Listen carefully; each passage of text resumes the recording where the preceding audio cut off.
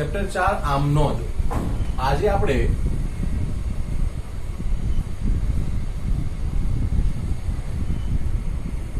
આમનોંધ એટલે કે જર્નલ. કોઈ પણ અકાઉન્ટ લખાય તો અકાઉન્ટની અંદર આમનોંધનો ચોપડો એ એનો મુખ્ય ચોપડો બને છે, એટલે મૂળ ચોપડો બને છે. એનો પાયાનો ચોપડો કહી શકાય, પ્રાથમિક ચોપડો કહી શકાય, બુનિયાદી ચોપડો કહી શકાય. કારણ કે નામાની અંદર જે કંઈ પણ વ્યવહાર થાય છે એની ઓછામાં ઓછી બે અસર થાય, એક ઉધાર થાય અને એક જમા થાય. હવે આ જે ઉધાર અને જમા જે અસર આપણે આપવાની છે એ અસર આપવા માટે કેટલાક નિયમો હતા. વ્યક્તિ ખાતાનો નિયમ, માલ મિલકત ખાતાનો નિયમ અને ઉપજ ખર્ચ ખાતાનો નિયમ. એ વ્યક્તિ, માલ મિલકત અને ઉપજ ખર્ચ ખાતાના નિયમ મુજબ આપણે દરેક વ્યવહારની બે અસરમાં કયું ખાતું ઉધાર અને કયું ખાતું જમા થાય એ નક્કી કરતા શીખવાનું છે. અને એ નક્કી કરતા આવડી જાય તો આમનોંધ એ તમારા ધંધામાં થયેલા વ્યવહારોને તારીખના ક્રમમાં વ્યવસ્થિત રીતે કે ઉધાર જમાના નિયમો મુજબ નોંધવાની એક પ્રક્રિયા છે, જેને આપણે આમનોંધ તરીકે ઓળખીએ છીએ. એટલે આખા વર્ષ દરમિયાન દરેકે 2000 વ્યવહાર થાય કે 5000 વ્યવહાર થાય, એ દરેકે દરેક વ્યવહારમાં દરેક વ્યવહારની એક અસર ઉધાર અને એક અસર જમા કેવી રીતે કરવી એનું આ ચેપ્ટર આપણે અહીંયા શીખવા જઈ રહ્યા છીએ. જે વિદ્યાર્થીને આમનોંધ આવડે એને બધા જ પ્રકારનું અકાઉન્ટ એ આગળ જતા આવડવાનું રહેશે. હવે વાત કરીએ કે હું આમનોંધ શીખવાડું એની પહેલા બધા નિયમો યાદ કરાવી દઉં કે ભાઈ વ્યક્તિ ખાતાનો નિયમ, માલ મિલકત ખાતાનો નિયમ અને ઉપજ ખર્ચનો નિયમ. વ્યક્તિ ખાતાનો નિયમ શું હતો? તો ભાઈ લેનાર ખાતે ઉધાર અને આપનાર ખાતે જમા. માલ મિલકતનો નિયમ શું હતો? તો આવે તો ઉધાર અને જાય તો જમા. ઉપજ ખર્ચ ખાતાનો નિયમ શું હતો? કે ભાઈ ખર્ચ કે નુકસાન થાય તો ઉધાર અને ઉપજ કે નફો થાય તો આપણે એને જમા કરતા હતા. કોઈ પણ વ્યવહાર બને તો એ વ્યવહારમાં પહેલી અસર આ ઉપરવાળામાંથી કોઈ એક હોય અને બીજી અસર આ નીચેના ત્રણ દેખાય છે એમાંથી કોઈ એક હોય છે. હવે વાત કરીએ છીએ આમનોંધની. આમનોંધનો મતલબ કેવો થાય? જર, JOUR, જર એટલે દિવસ, નોંધ અથવા તો ડાયરી થતો હોય છે. એનું એક ચોક્કસ પ્રકારનું ફોર્મેટ છે. એ ફોર્મેટની અંદર આપણે આમનોંધ લખવાની હોય છે. એ ફોર્મેટ કેવું હોય છે એ ફોર્મેટ આપણે જોઈએ.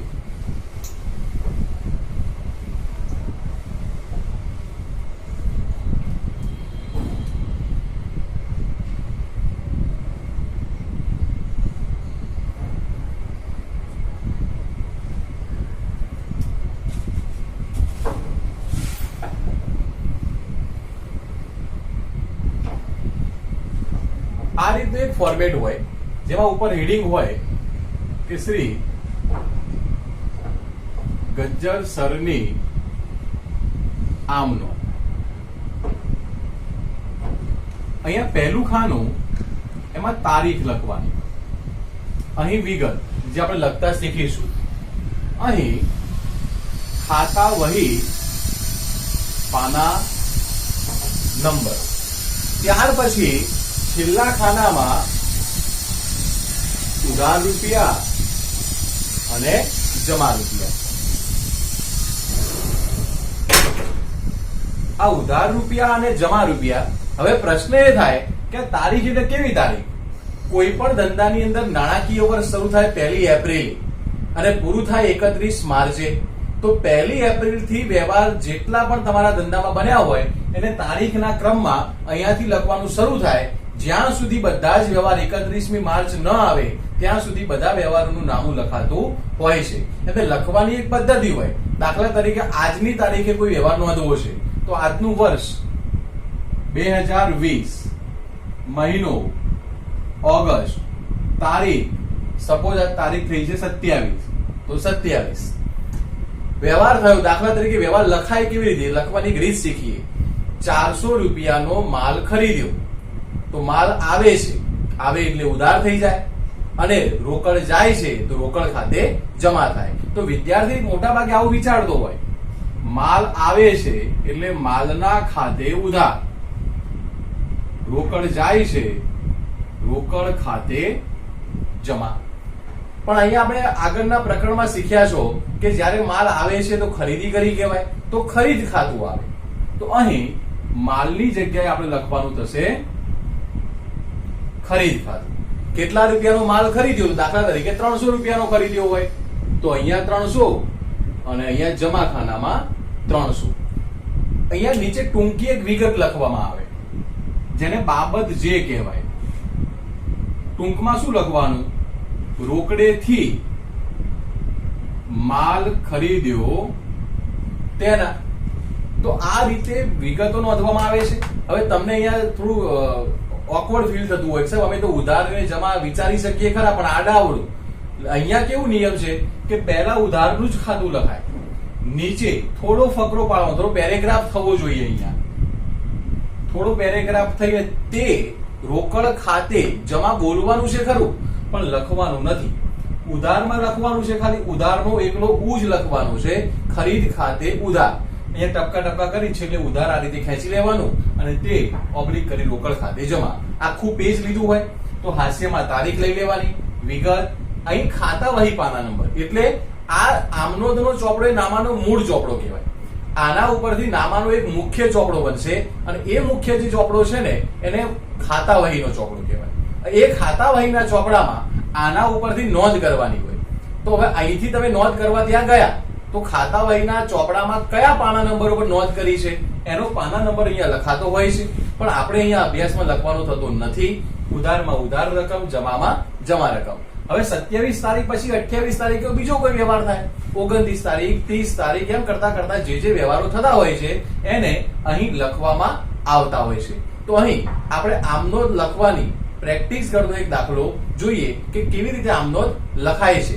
બાબત જેની અંદર ટૂંકી વિગત જ લખવાની હોય છે. અહીં એ દાખલાઓને આપણે શીખીએ.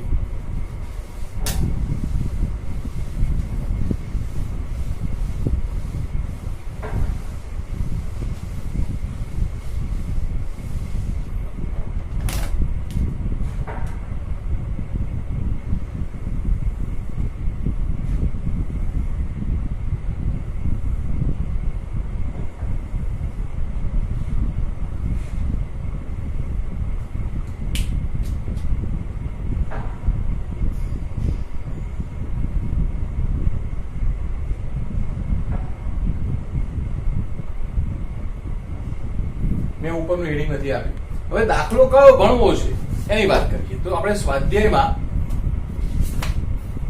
દાખલા નંબર 5 નો અભ્યાસ કરીશું. આમનોંધનું સ્વાધ્યાય કાઢવાનું. ચોપડીમાં પેજ નંબર 102 ઉપર છે અને તમે ડિસ્પ્લે ઉપર એની રકમ પણ જોઈ રહ્યા છો. હવે એ 5મા દાખલાના જે અલગ અલગ પ્રકારના વ્યવહાર છે એ વ્યવહારોનો આપણે દાખલાનો અભ્યાસ કરીએ. તો તમે જુઓ હેડિંગ છે નીચેના વ્યવહાર પરથી પ્રાંજલના ચોપડે આમનોંધ લખો. તો પ્રાંજલના ચોપડે આમનોંધ લખવા માટે પહેલું નંબર 1 વ્યવહાર ડિસ્પ્લે પર રકમ દેખાય છે. રૂપિયા 10,000 રોકડ લાવી ધંધો શરૂ કર્યો. તો માલિક ધંધામાં રૂપિયા લાવે છે એટલે બે અસર પહેલા વિચારો, રોકડ આવે છે અને માલિક આપનાર છે. આવે છે એ ઉધાર થઈ જાય અને આપનાર વ્યક્તિ ખાતાના નિયમ મુજબ કેવું થઈ જાય? જમા થઈ જાય. તો રોકડ આવે છે એટલે રોકડ ખાતે ઉધાર, માલિક આપનાર છે તો માલિક ખાતે નહીં મૂડી ખાતે જમા. કેટલા રૂપિયાનો વ્યવહાર છે? તો કે 10,000. આ રીતે હું બાબત જે હાલ લખતો નથી. બાબત જેમાં લખવાનું શું હોય કે ભાઈ રૂપિયા 10,000 નો માલ માલિક ધંધામાં લાવ્યા તેના. બીજો વ્યવહાર જુઓ ડિસ્પ્લે પર દેખાય છે. રૂપિયા 5,000 નો માલ રોકડેથી ખરીદ્યો. રોકડેથી ખરીદ્યો તો માલ કેવો થાય છે? આવે છે. આવે એટલે ઉધાર. રોકડ બદલામાં જાય છે, જાય તો જમા. માલ આવે છે, રોકડ જાય છે. આવે એટલે ઉધાર, જાય એટલે જમા. આવે છે એટલે ખરીદ ખાતું આવ્યું માલમાં અને રોકડમાં રોકડ ખાતું આવ્યું. તો અહીં સેકન્ડ નંબરમાં માલ આવે છે એટલે ખરીદ ખાતે નોંધાય. ખરીદ ખાતે ઉધાર, રૂપિયા જાય છે માટે રોકડ ખાતે જમા. એના રૂપિયા જે છે એ 5,000 છે.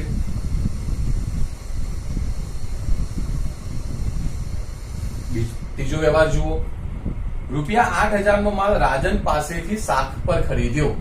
શાખ પર એટલે ઉધાર ખરીદ્યો, મતલબ આપણે માલ ખરીદ્યો પણ પૈસા આપ્યા નથી. તો માલ આવે છે, આવે એટલે ઉધાર, અને રાજન આપનાર છે. આપનારમાં વ્યક્તિ ખાતાનો નિયમ લાગુ પડે, એટલા માટે આપનારનું ખાતું જમા થઈ જાય. તો અહીં માલ આવે છે એટલે ખરીદ ખાતે ઉધાર, રાજન આપનાર છે, રાજન ખાતે જમા. રકમ 8,000. ચોથો વ્યવહાર જુઓ. ₹2,000 નો માલ ધર્માદામાં આપ્યો. હવે જ્યારે આપણે ધર્માદો કરીએ છીએ ત્યારે એક જાતનો ખર્ચ કર્યો કહેવાય. ખર્ચનો ઉપજ ખર્ચનો નિયમ યાદ કરો. ખર્ચ કે નુકસાન ખાતે ઉધાર. તો અહીંયા ધર્માદો ખર્ચ થયો માટે એ ઉધાર થશે. અને તમે શું આપ્યું છે કે માલ આપ્યો છે, તો તમારા ધંધામાંથી માલ જાય છે. ધર્માદો ખર્ચ છે અને માલ જાય છે. હવે ખર્ચ ઉધાર થાય અને માલ જાય છે એટલે જમા થાય. તો લખાય કેવી રીતે? ધર્માદો ખર્ચ છે, ધર્માદા ખર્ચ ખાતે ઉધાર. પછી જે વિદ્યાર્થીને ના આવડતું આવું લખે, તે માલ જાય છે એટલે માલ ખાતે જમા. કેટલા રૂપિયાનો માલ આપ્યો આપણે? 2,000. હવે તમે જે અહીંયા ધર્માદો કર્યો છે એ ધર્માદો તમારી ઈચ્છાથી કર્યો છે. હવે તમારી જોડેથી માલ ગયો ખરો, પણ જે તમે માલ ખરીદીને લાયા હતા એ દુકાનમાં પડ્યો હતો અને એમાંથી માલ જતો રહ્યો, એટલે અહીં માલનું ખાતું જમા નહીં કરવાનું, અહીં ખરીદ ખાતું જમા કરવાનું. જ્યારે જ્યારે આપણે માલ વેચાણ સિવાય ધંધામાંથી મોકલીએ, વેચાણ સિવાય માલ આગથી, ચોરીથી, વરસાદથી ધર્માદામાં જતો રહે, એ વખતે યાદ રાખવાનું કે માલ જાય છે એટલે જમા થાય, પણ ખાતું કયું જમા કરવાનું? ખરીદ ખાતું. એના પછીનો વ્યવહાર જુઓ. શિવાનીને 3,000 નો માલ મોકલવાનો ઓર્ડર આપ્યો. હવે ઓર્ડર આપો છે એ વખતે શિવાની માલ મોકલતી નથી અને આપણે માલ પૈસા આપતા નથી, તો આપણા અને શિવાની વચ્ચે કોઈ વ્યવહાર થતો નથી. માટે એ જે વ્યવહાર છે એ બિનઆર્થિક કહેવાય, એનું નામું લખાય નહીં. એના પછી તમે જુઓ, શિવાનીએ ઓર્ડર મુજબ માલ મોકલી આપ્યો. શિવાનીએ તમને માલ મોકલ્યો એટલે હવે તમારી પાસે માલ આવે છે અને શિવાની આપનાર છે. તો માલ આવે છે એટલે ખરીદી કરી કહેવાય. તો લખવાનું ખરીદ ખાતે ઉધાર અને શિવાની આપનાર છે, શિવાની ખાતે જમા. વ્યવહારમાં રકમ હતી ₹3,000. તો કે સાહેબ અહીંયા રોકડ જાય છે એવું ના લખાય, પણ મેં તમને ઉધાર અને રોકડ વ્યવહારની ઓળખાણ કરતા શીખવાડી દીધું કે વ્યવહારમાં ખરીદી અને વેચાણમાં ખાસ વ્યવહારમાં રોકડેથી કે ઉધાર ના કીધું હોય તો વ્યક્તિનું નામ ચેક કરો. વ્યક્તિનું નામ આપ્યું હોય તો ઉધાર, અહીંયા વ્યક્તિનું નામ છે એમ લખ્યું હોત, વ્યક્તિનું નામ ના હોત તો રોકડ વ્યવહાર થઈ જાય. તો એવું લખત માલ આવે છે અને રોકડ જાય છે, પણ અહીં શિવાની નામ હતું માટે માલ આવે છે અને શિવાની આપનાર છે, ખાસ કરીને ખરીદી અને વેચાણમાં. એના પછી જુઓ, ₹2,500 જીવન વીમાનું પ્રીમિયમ ભર્યું. હવે આ જીવન વીમાનું પ્રીમિયમ કેવું કહેવાય? ખર્ચો કહેવાય. ખર્ચો હંમેશા શું કરવાનો? ઉધાર જ કરી દેવાનો. એટલે અહીં આપણે વ્યવહારનું નામું લખીએ કે ભાઈ જીવન વીમા પ્રીમિયમ ખાતે ઉધાર, અને રોકડ તો જવાની જ છે, ખર્ચો કરો એટલે રોકડ જાય છે, રોકડ ખાતે જમા 2500.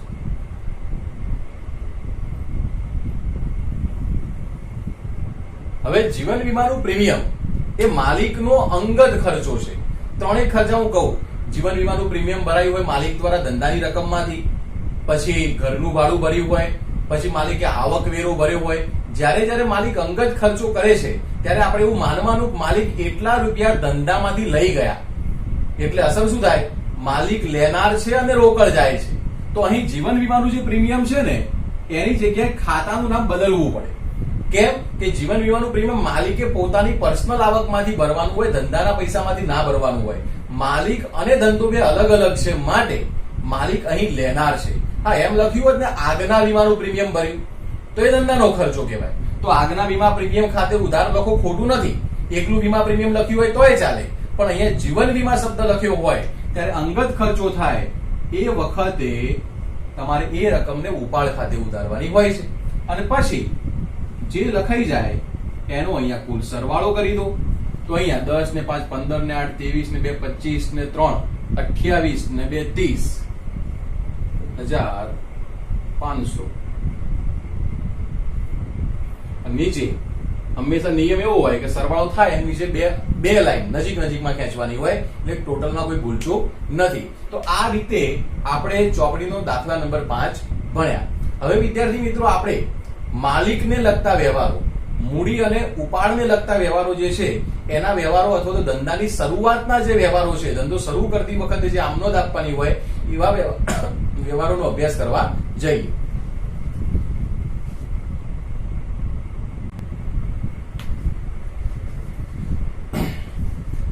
હવે મેં વાત કરી એમ કે માલિકને લગતા આપણે થોડા આમનોંધના વ્યવહારો થોડા વિભાગોમાં વહેંચીશું.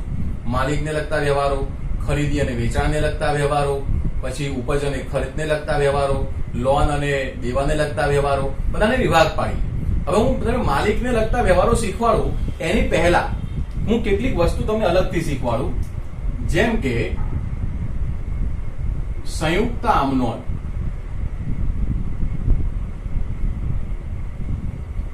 હવે સંયુક્ત આમનોંધ એટલે કેવી આમનોંધ કે એક જ વ્યવહારની અંદર એક કરતા વધારે ખાતા ઉધાર થતા હોય અને એક જ ખાતું કોમન જમા થતું હોય. દાખલા તરીકે હું એમ કહું કે ₹4,000 પગારના અને 3,000 મજૂરીના ચૂકવ્યા, તો આપણે આમનો શું લખવાના? પગારના ચૂકવ્યા એટલે પગાર ખર્ચ કહેવાય. પગાર ખાતે ઉધાર, રોકડ જાય છે, રોકડ ખાતે જમા. મજૂરીના ચૂકવ્યા તો કે હા, મજૂરી ખાતે ઉધાર, તે રોકડ ખાતે જમા. ધારો કે આના ₹20 ચૂકવ્યા હોય, આના ₹5 ચૂકવ્યા હોય. આપણે શું કીધું કે ભાઈ પગારના અને મજૂરીના એક જ દિવસે ચૂકવ્યા છે, તો આની જગ્યાએ તમારે આવી આમનોંધ લખવી હોય તો પણ લખાય. પગાર ખાતે ઉધાર, મજૂરી ખાતે ઉધાર અને તે રોકડ ખાતે જમા. આ ₹20, આ ₹5 અને આ ₹25. તમે જો અહીંયા રોકડમાં જમા 20 થયા હતા, અહીંયા 5 જમા થયા હતા, એટલે 20 ને 5 કેટલા થયા? 25. પણ સરસ શું છે, એક જ દિવસે એના એ જ દિવસે આ વ્યવહાર બન્યો હોય તો આવી રીતે તમે સંયુક્ત એટલે કે બે અલગ અલગ આમનોંધ ના આપતા ભેગી આમનોંધ પણ આપી શકાય છે.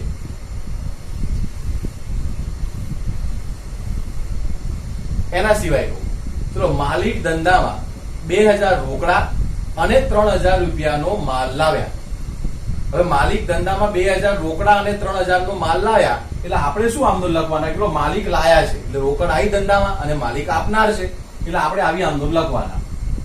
રોકડ આવે છે, રોકડ ખાતે ઉધાર, માલિક આપનાર છે એટલે મૂડી ખાતે જમા. પછી માલ સામાન લાયા તો માલ લાયા છે તો માલ સ્ટોક ખાતે ઉધાર, તે મૂડી ખાતે જમા. આ અલગ અલગ લખવી પડે.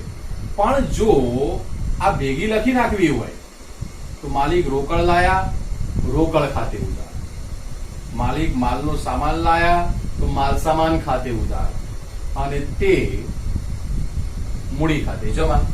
તો આ રીતે સંયુક્ત આમનોંધ આપી શકાય. એના સિવાય બીજું એક ઉદાહરણ કહું. ₹2,000 કમિશન અને ₹3,000 દલાલી મળી. કમિશન અને દલાલી બંને મળી. ચલો, તો કમિશનમાં નિયમ શું છે? રોકડ આવે છે, રોકડ ખાતે ઉધાર, કમિશન ઉપજ છે, કમિશન ખાતે જમા. એટલે આપણે આવું લખવાના: રોકડ ખાતે ઉધાર, કમિશન ખાતે જમા.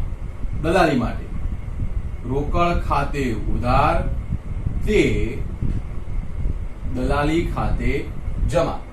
હવે રોકડ ખાતે ઉધાર અને કમિશન ખાતે જમા, રોકડ ખાતે ઉધાર અને દલાલી ખાતે જમા, બે એક જ દિવસે ઘટના બની છે. તો આવું ના લખવું હોય તો બંનેમાં કોમન શું ઉધાર છે? તો કે રોકડ.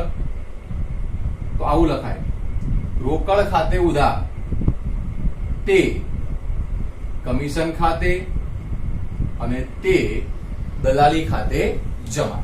તો આ રીતે મિત્રો સંયુક્ત આમનોંધ એક જ દિવસે બનેલી ઘટના હોય. ચલો, કમિશન સિવાય તમને દલાલી પણ મળી છે, વ્યાજ પણ મળ્યું છે, ભાડું મળ્યું છે, તો બધું રોકડમાં જ મળ્યું. તો તે વ્યાજ ખાતે જમા, તે ભાડા ખાતે જમા. અલગ અલગ લખો તો ખોટું નથી, પણ ભેગું લખો તો વધારે અનુકૂળ તમને આવી જશે. તો આ રીતે આપણે સંયુક્ત આમનોંધ આગળના કેટલાક વ્યવહારો આવશે એમાં આપવાની થશે.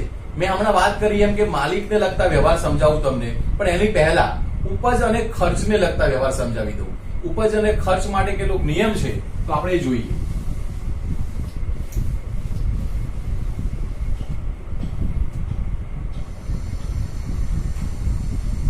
ઉપજ અને ખર્ચ, કોઈ પણ પ્રકારનો ખર્ચ થાય તો એની આમનોંધ નક્કી છે. ખાલી જગ્યા ખર્ચ ખાતે ઉધાર તે રોકડ કે બેંક ખાતે જમા.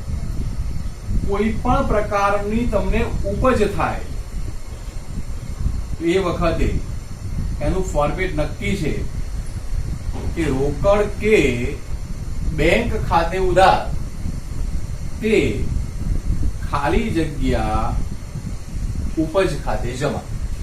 હવે હું ખર્ચ કોને કહેશો તમે?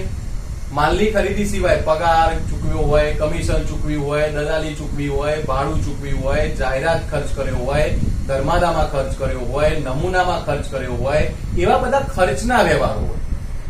ઉપજમાં કેવું હોય? કમિશન મળ્યું, દલાલી મળી, ભાડું મળ્યું, વ્યાજ મળ્યું, આ ઉપજના વ્યવહાર થયા. તો જ્યારે તમે એવો વ્યવહાર વાંચો કે પગારના 400 રૂપિયા ચૂકવ્યા એટલે તરત લાઈટ થાય કે આ તો ખર્ચનો વ્યવહાર છે, તો આ ફોર્મેટ યાદ આવી જવું જોઈએ. અહીંયા ખાલી લખવાનું શું છે? પગાર ખર્ચ ખાતે ઉધાર. રોકડા ચૂકવ્યા હોય તો રોકડ ખાતે જમા, અને ચેક થી ચૂકવ્યા હોય તો બેંક ખાતે જમા, કારણ કે બેંકમાંથી પૈસા જાય છે. એ જ વસ્તુ ઊંધી થાય. તમને કમિશન ના મળ્યા તો રોકડ આવે છે, કમિશન ઉપજ છે, રોકડ ખાતે ઉધાર અને કમિશન ખાતે જમા. તમારે ખાલી જગ્યા ભરવાની છે. બાકી આમનોંધ આ રીતે જ કોઈ પણ પ્રકારના ખર્ચા હોય કે કોઈ પણ પ્રકારની ઉપજ હોય એની આમનોંધ આ મુજબ લખવામાં આવતી હોય છે. તો આપણે એવા દાખલાનો અભ્યાસ કરીએ જેમાં ઉપજ અને ખર્ચના વ્યવહાર તમને આપેલા હોય. તો પાઠ્યપુસ્તકની અંદર સ્વાધ્યાયમાં 11 નંબરનો દાખલો જુઓ. ચોપડીમાં 11મા નંબરનો દાખલો, જેની રકમ તમને ડિસ્પ્લેમાં દેખાતી હશે, એ રકમનો ઉપયોગ કરી આપણે ગણતરી શીખીએ.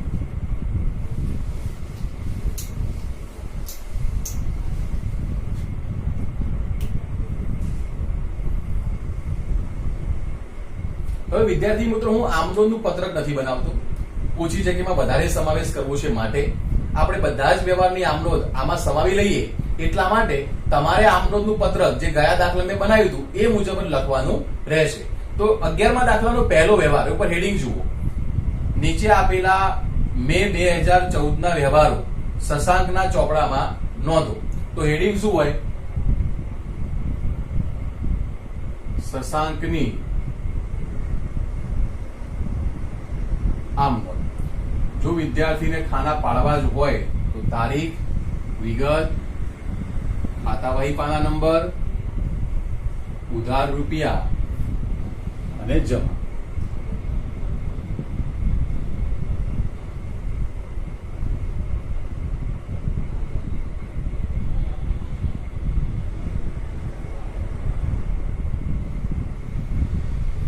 આ રીતે ફોર્મ બનાવી દેવાનું. કઈ તારીખનો? તો કે 2014 નો કયો મહિનો? મે. અને તારીખ પહેલા વ્યવહારની પહેલી વ્યવહાર આમનો જુઓ. અસર દુકાનના ઉદ્ઘાટન પ્રસંગે ચા પાણી અને નાસ્તાના ખર્ચના 500 રૂપિયા ચૂકવ્યા. મૂળ ખર્ચો થયો. કોનો ખર્ચો થયો? ઉદ્ઘાટનનો. હવે ઉદ્ઘાટનનો ખર્ચ છે એને પરચુરણ ખર્ચ કહી શકાય, દુકાન ખર્ચ કહી શકાય. તો આપણે ખર્ચનું ફોર્મેટ શું હતું? ખાલી જગ્યા ખર્ચ ખાતે ઉધાર તે રોકડ ખાતે જમા. તો અહીં પરચુરણ ખર્ચ ખાતે ઉધાર તે રોકડ ખાતે જમા 500. બીજો વ્યવહાર શું? દુકાન માટે જરૂરી હિસાબી ચોપડા 400 રૂપિયાના ખરીદ્યા. હવે દુકાન માટે તમે ચોપડા પણ લાવશો, પેન્સિલ લાવશો, રબર લાવશો, ફૂટપટ્ટી લાવશો, પેનો લાવશો. તો આ બધી વસ્તુને શું કહેવાય? સ્ટેશનરી. તો અહીં ધંધાની અંદર રબરનું ખાતું ના બનાવાય, પેન્સિલનું ખાતું ના બનાવાય, ફૂટપટ્ટીનું ખાતું એવું લખાય કે ભાઈ ચલો ચોપડા ખરીદ્યા તો ચોપડા ખર્ચ ખાતે ઉધાર. તમે તમારા ઓફિસના કામકાજ માટે કોઈ વસ્તુઓ લાવો છો તો એ સ્ટેશનરી ખર્ચમાં જાય. તો અહીં ખર્ચનું નામ નક્કી થયું સ્ટેશનરી ખર્ચ. હવે ખર્ચનું ફોર્મેટ શું હતું? ખાલી જગ્યા ખર્ચ ખાતે ઉધાર તે રોકડ ખાતે જમા. તો અહીં તારીખ છે 2, તો લખીએ સ્ટેશનરી ખર્ચ ખાતે ઉધાર, રોકડ જાય છે, રોકડ ખાતે જમા. કેટલા રૂપિયાના ચોપડા ખરીદ્યા?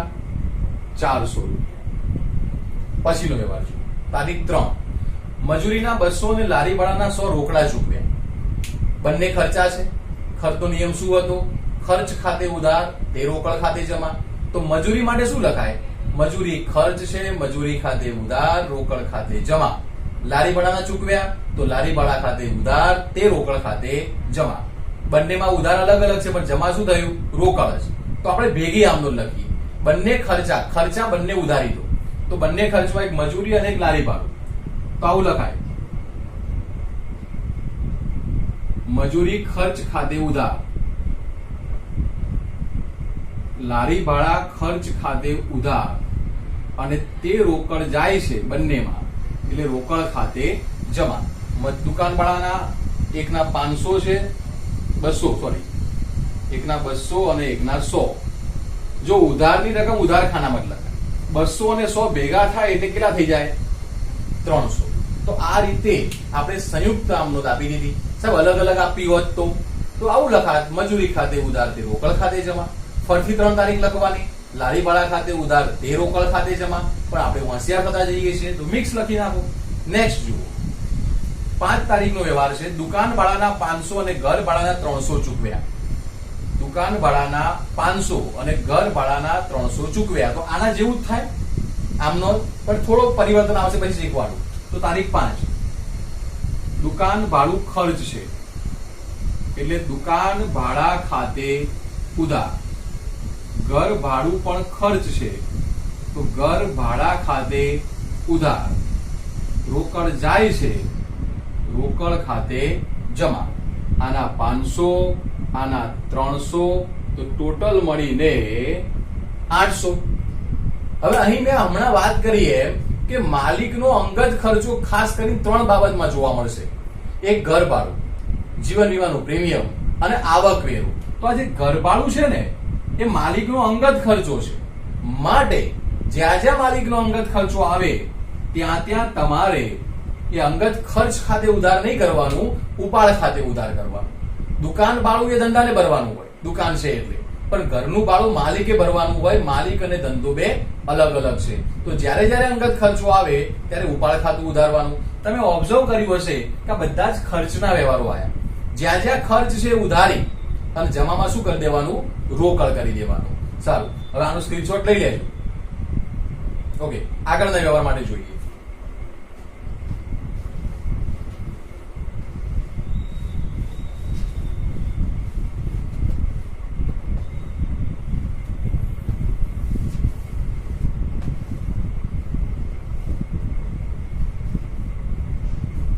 તો નેક્સ્ટ છે 10 તારીખનો વ્યવહાર. કમિશનના 400 રૂપિયા મળ્યા. હવે આ ઉપજ થઈ, મળ્યા, રોકડ આવે છે. આવે એટલે રોકડ ઉધાર થાય અને કમિશન ઉપજ છે. મેં તમને ફોર્મેટ શીખવાડી દીધું.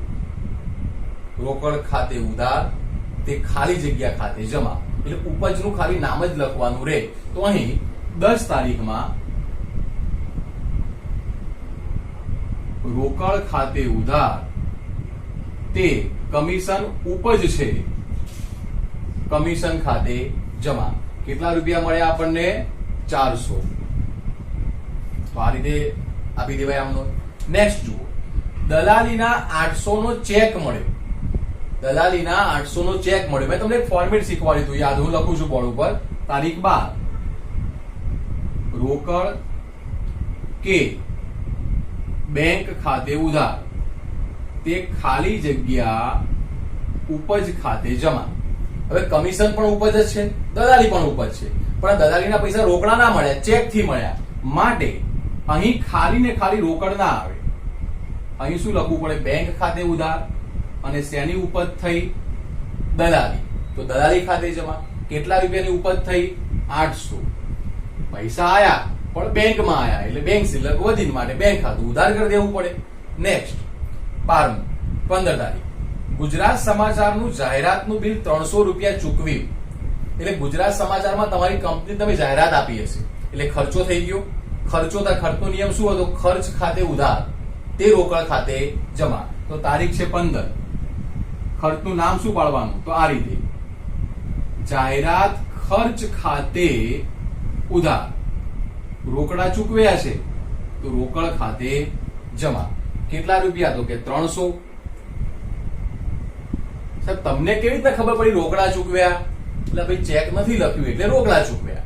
નેક્સ્ટ ઇક્વિટી શેરનું ડિવિડન્ડ 500 રૂપિયા મળ્યું. તમે જ્યારે કોઈ કંપનીમાં રોકાણ કરો છો ત્યારે એ કંપની તમને વર્ષના અંતે કેટલું વળતર આપે, એ વળતર જે છે નફાનો હિસ્સો કહેવાય અને એ હિસ્સો તમને મળ્યો એ તમારું ડિવિડન્ડ કહેવાય, જે તમારી એક જાતની ઉપજ છે.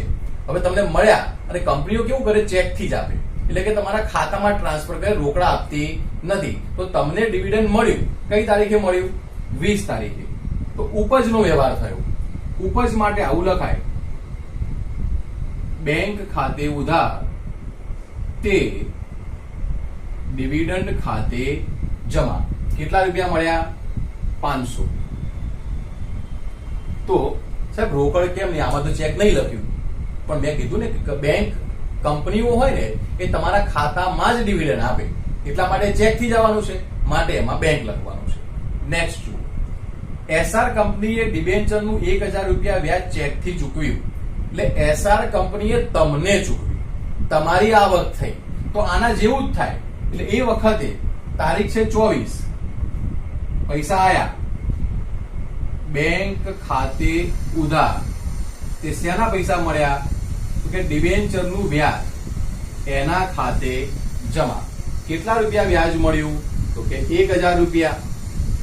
હવે શેર અને ડિબેન્ચર, શેર એ કંપનીમાં તમે એની મૂડીમાં રોકાણ કર્યું છે. ડિબેન્ચર એક જાતનું શેર જેવું જ કહેવાય, પણ શેર છે ને એ કંપનીની માલિકીની મૂડી કહેવાય અને ડિબેન્ચર છે એ કંપનીની ઉછીની મૂડી કહેવાય.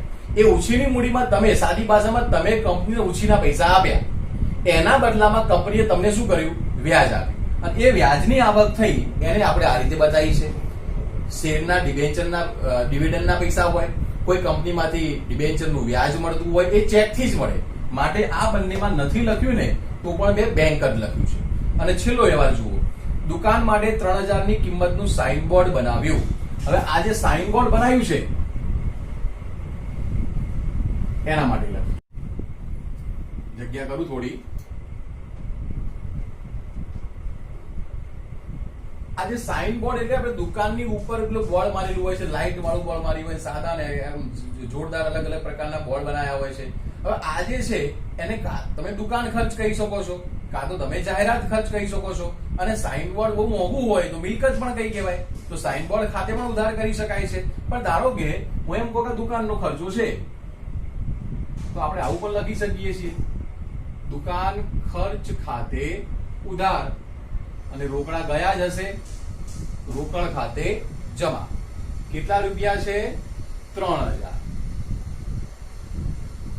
તો વિદ્યાર્થી મિત્રો, તમે આ જે 11મો દાખલો જોયો, એ 11મા દાખલામાં જ્યાં જ્યાં ખર્ચો આવ્યો ત્યાં મેં શું કર્યું? ઉધાર દીધા. ખર્ચ ખાતે ઉધાર. રોકડા આપ્યા હોય તો રોકડ ખાતે, ચેક આપ્યો હોય તો બેંક ખાતે. અને જ્યાં જ્યાં ઉપજ થઈ ત્યાં રોકડ આવે છે, રોકડ ખાતે ઉધાર, અને જે ઉપજ હતી એ ખાતે જમા. એટલે મેં તમને ફોર્મેટ આપ્યું, એ ફોર્મેટ તૈયાર કરી દો તમે, તો કોઈ પણ પ્રકારનો ખર્ચો હોય કે ઉપજ હોય એની આમદોડ તમે આપી શકો છો.